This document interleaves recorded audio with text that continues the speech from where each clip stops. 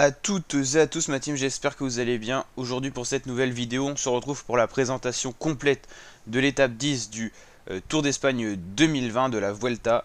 Donc une étape qui reliera la ville de Castro Urdial à Suences. Une étape qualifiée de plat, de plaine, avec quasiment aucune difficulté au programme sur un total de 185 km.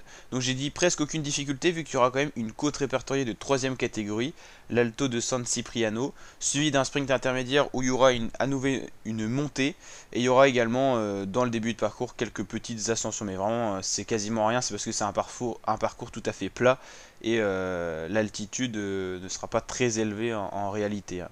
Par exemple, le départ est donné à 50 mètres d'altitude, et là on a l'impression que c'est une petite côte alors qu'il n'y a que 90 mètres.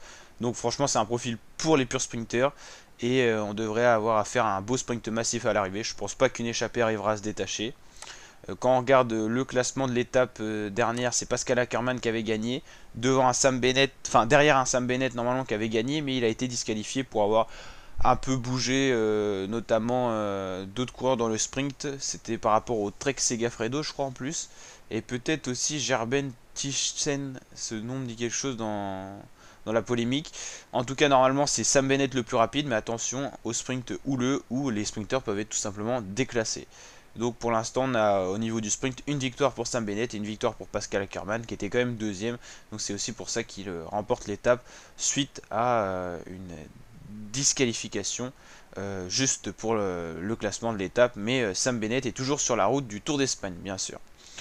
Donc voilà pour cette présentation d'étape. Je vous rappelle qu'on suit en intégralité la Vuelta sur ma chaîne YouTube. Donc n'hésitez pas à vous abonner et activer la petite cloche des notifications pour être tenu au courant. Ça, ce sont les vidéos présentation d'étapes. Mais après chacune des étapes, on a les vidéos résumées. Et on a en plus, pour cette Vuelta, on a instauré les lives où on vous montre tout simplement les plus belles étapes en live, où je serai là pour les commenter sur ma chaîne YouTube. Donc n'hésitez pas à activer la petite cloche, ça peut être très intéressant. Et à liker ce genre de vidéos, partager bien sûr. Et je vous dis à très bientôt pour de nouvelles vidéos. Ciao ma team.